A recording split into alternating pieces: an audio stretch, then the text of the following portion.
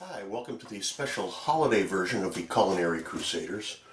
Today I am preparing the brine for generally a corned beef, but doing some research found that in Ireland cows are reserved generally for dairy. So corned pork and corned lamb are much more prevalent in Ireland. Not Boston or New York, but Ireland. Okay, this is about as simple a recipe as you're going to see. The issue you'll find is having a place big enough to keep it cold for 5 days, which is your refrigerator, and you'll see why it takes up a lot of room in the pot. But simple. 1.5 cups of kosher salt, 1/2 cup of sugar. Okay, brace yourselves. 4 teaspoons of pink salt, which is curing salt, sometimes called Prague powder.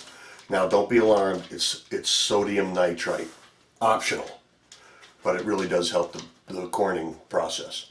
Those studies they did years ago where they basically packed mice into sodium nitrate to see if they could give them cancer worked, but you know, you could probably do that in any substance.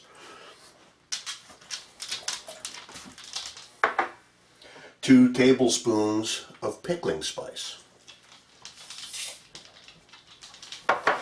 Recipe called for 3 cloves of minced garlic, so I did 6.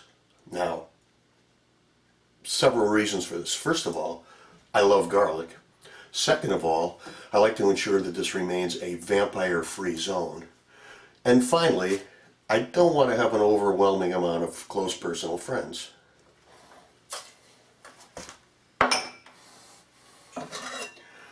Okay, simple as this. Bring it to a boil, just a low boil, till all the crystals are absorbed, are dissolved, that's the word. And cool it to room temperature. Cool it to cold temperature in the fridge before you put your meat product in. And then you let it sit for 4 to 5 days while it's corning. All there is to it, folks.